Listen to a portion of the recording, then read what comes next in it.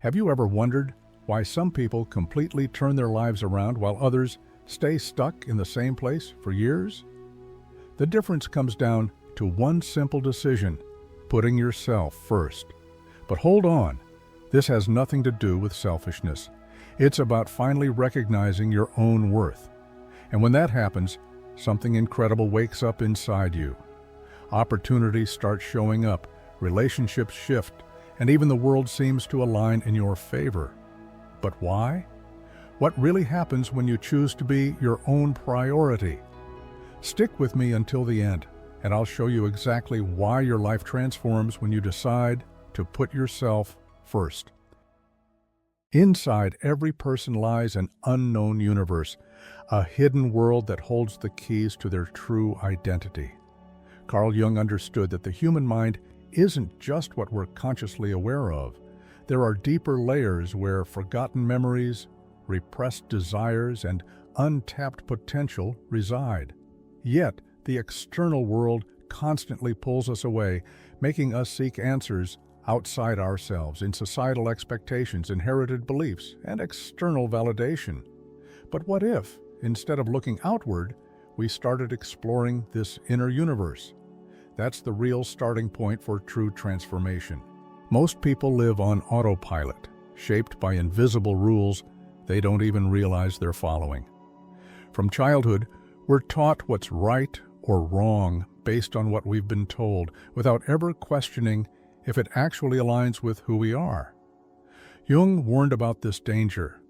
When we ignore our inner nature, we become prisoners of a life we never consciously chose. Just think about it. How many decisions are made out of fear of judgment? How often do people bury their dreams because they're not practical or won't make money? This disconnection from oneself creates a void that's impossible to fill, no matter how much success, material wealth, or approval we chase. The real journey begins when we stop to listen to ourselves. But how do we access this hidden world? The first step is observation. Small habits reveal a lot. Repetitive patterns, intense emotional reactions in certain situations, recurring dreams. For instance, if someone always avoids conflict, it might be a sign they carry deep-seated beliefs that their voice doesn't matter. If another person feels uneasy in silence, it could indicate a fear of facing their own thoughts. Jung believed that this process of self-discovery not only strengthens us, but also gives us back control over our own story. But what happens when we ignore this inner calling? That leads us to the next point. Ignoring your own emotions is like living in a house without a foundation. Sooner or later, everything collapses. Jung observed that when a person disconnects from their inner world, their choices lose meaning, relationships become shallow, and a constant sense of dissatisfaction takes over. This explains why so many people seem to have it all: a good job, a stable relationship, a well-structured life, yet still feel an inexplicable emptiness. Without understanding and validating their own emotions, they become trapped in a script they didn't write, endlessly repeating patterns that don't bring them happiness. This internal disconnection directly impacts the external world. Repeated toxic relationships, difficulty setting boundaries, and even a lack of motivation can all be symptoms of this detachment. Jung believed that when we ignore our emotions, they don't just disappear. On the contrary, they find indirect ways to surface, often through anxiety, compulsive behaviors, or even psychosomatic illnesses. Imagine someone who grew up suppressing their anger to avoid conflict. That repressed emotion might later manifest as sudden bursts of irritation that seem to come out of nowhere, or as a constant sense of exhaustion and apathy.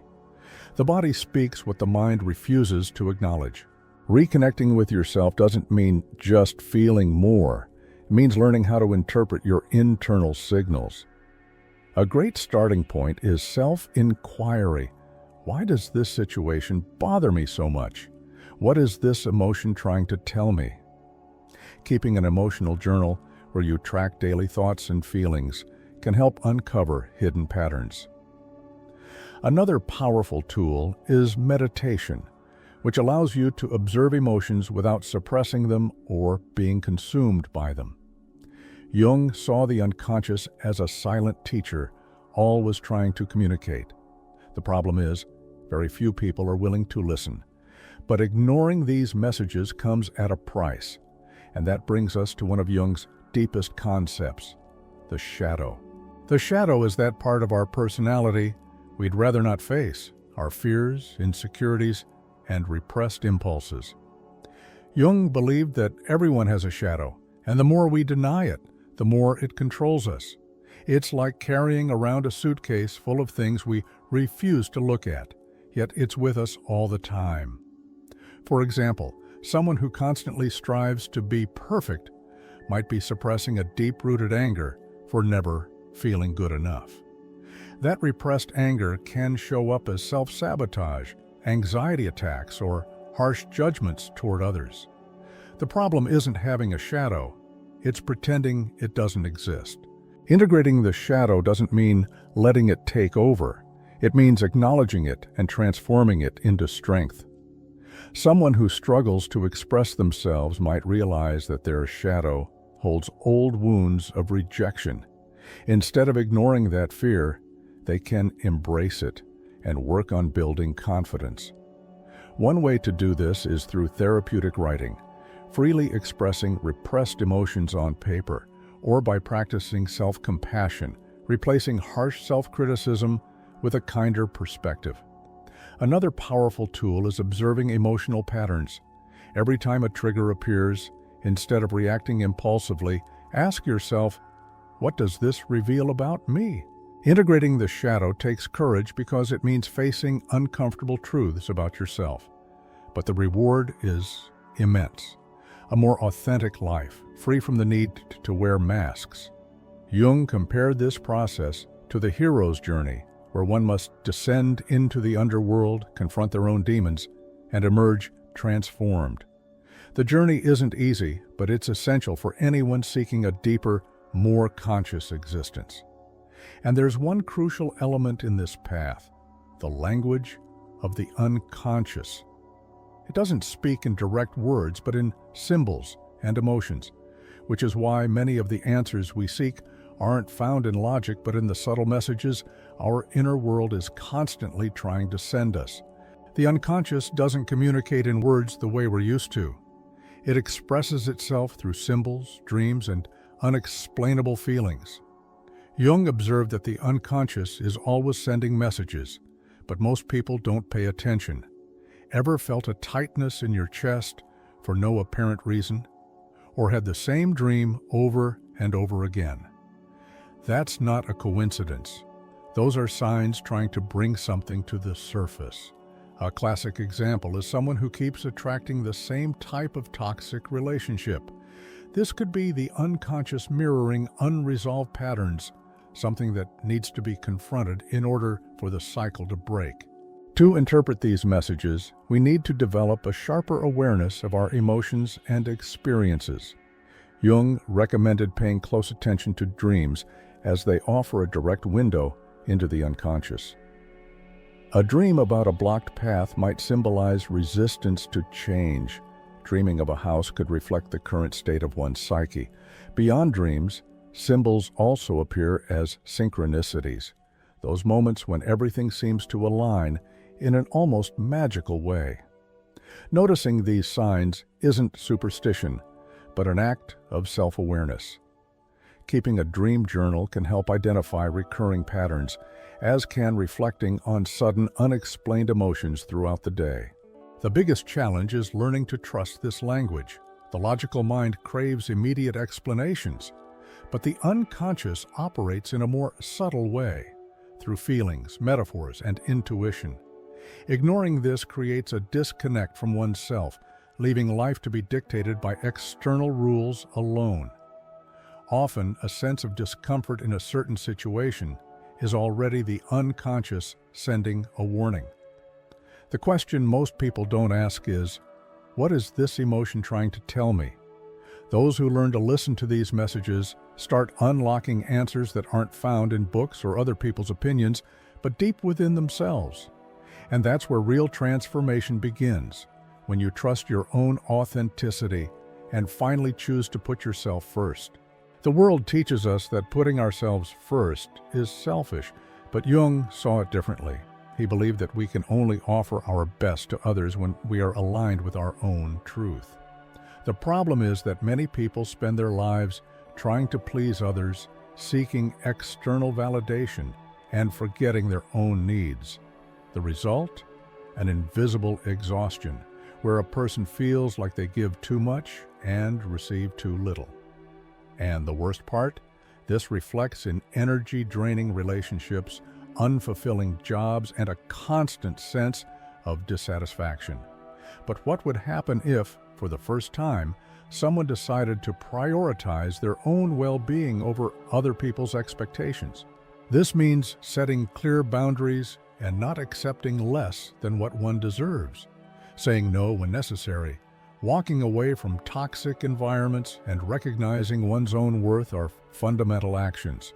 But for many, this process comes with guilt. After all, we were taught to adapt, not to assert ourselves. The truth, however, is that those who live to please others will never be truly happy. A classic example is someone who is always available to help others but finds no support when they need it. In these moments, self-love is not about isolation but about choosing wisely where and with whom to invest energy. Being authentic is an act of courage because it means risking rejection from those who cannot accept your true essence. But it is also liberating, as it creates space for genuine relationships and opportunities that align with who you truly are. Self-love changes everything, from the way we relate to others to the decisions we make. Those who respect themselves attract respect. Those who value themselves open doors to new possibilities. And those who learn to put themselves first realize that, in truth, this has always been the secret to living a fulfilling life. But there is something even deeper in this process, something that goes beyond everyday choices. Many people carry burdens that are not theirs, dreams that have lost their meaning, relationships that drain energy, obligations imposed upon them and never questioned. Jung compared this process to tending a garden.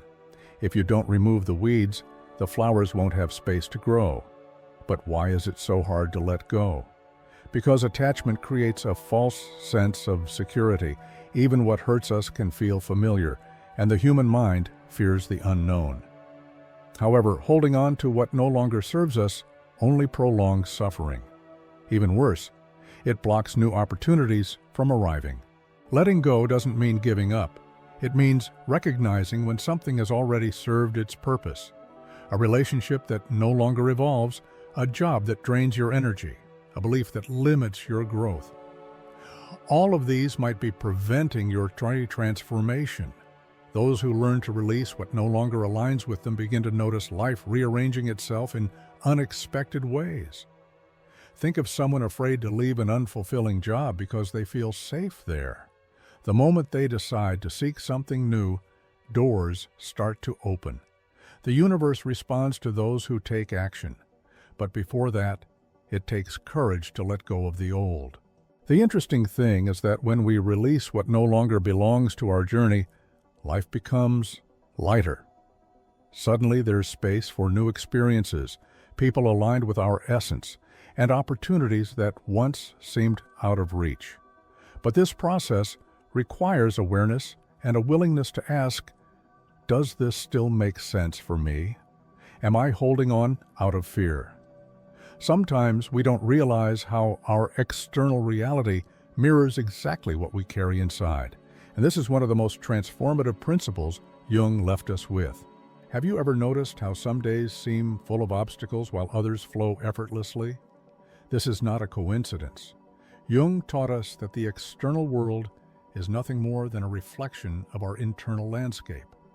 If there is chaos, doubt, and fear within us, our reality tends to manifest situations that reinforce those emotions.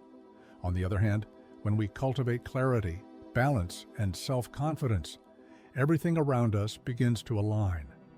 The people we meet, the opportunities that arise, even the smallest details of daily life. Everything responds to our internal frequency. A practical example? Imagine someone who always expects the worst. This person sees betrayal where it doesn't exist, failure before even trying, and difficulty at every step. Their distorted perception shapes the reality around them, attracting experiences that confirm their beliefs. Now think of someone who allows themselves to believe in their own worth. This person doesn't ignore challenges, but faces them with a different perspective. And what happens? Opportunities appear, authentic connections emerge, and life flows with more meaning. The change begins within, and the external world responds accordingly. Does this mean that just thinking positively will solve everything? No. Transformation comes from deep honesty with oneself. Recognizing internal patterns, facing past wounds, and reframing limiting beliefs. That is the real work. The good news is that as we change our relationship with ourselves, the external world naturally shifts. And when this happens, unexpected events begin to unfold as if the universe were responding to our new internal state. And this phenomenon has a very special name. Have you ever thought about someone and suddenly that person sends you a message? Or maybe you bumped into a book that was exactly what you needed to learn. Jung called this synchronicity, events that seem like coincidences but carry a deeper meaning. He believed that when we're aligned with our essence, reality starts responding to us in unexpected ways. Small signs, encounters, and opportunities show up at just the right time, almost as if the universe is whispering, "Keep going down this path." But here's the thing, synchronicity isn't random magic. It's a reflection of our own inner journey. If someone is lost or unclear about themselves, they'll have a hard time noticing these signs or knowing how to interpret them. On the other hand, those who cultivate presence and self-awareness learn to see these moments as guides. For example, someone searching for a new life purpose might start noticing conversations, movies, or even strangers talking about that exact theme. None of this would stand out if their mind wasn't prepared to pick up on it. Does this mean fate is already written? Not exactly. Jung saw synchronicity as a dialogue between the unconscious and the external reality, a dynamic interaction that responds to our internal state. The more aligned we are with our truth, the more these events seem to occur, almost like a natural flow of life. But there's a big obstacle that can keep us from hearing these signs. The inner voice that keeps us stuck in the past. How many times has that voice in your head whispered, "You're not good enough. What if it goes wrong? Or better, not even try?" Jung taught that this inner critic isn't really ours. It's an echo of the voices we've heard throughout our lives. Demanding parents, strict teachers, society pushing for perfection. This negative self-talk becomes so automatic that many people don't even realize they're stuck in a cycle of self-sabotage, and the more we believe those words, the further we drift from our true potential. But here's the good news, this voice can be reprogrammed. First, you have to identify it. When does it show up? What does it say? Then it's crucial to question it. If it says, "You'll never make it," ask, where did this belief come from? Is it really mine? Jung suggested that confronting these thoughts is like facing shadows in a basement. Once we turn on the light of awareness, they lose their power. A practical exercise, write down those thoughts and then reframe them positively like, "I am capable and I'm learning every day." This process requires patience, but it's worth it. After all, this voice doesn't reflect who we truly are. It's just an old narrative that needs to be reframed. When we learn to silence it, something amazing happens. We start acting with more confidence, making better decisions, and seeing new possibilities. And the most interesting part, this doesn't just transform how we perceive ourselves, but it also influences what we manifest in the world around us. When someone makes themselves a priority and faces their own shadows, life starts to change in unexpected ways. Jung believed that self-knowledge was the key to a more authentic and meaningful existence.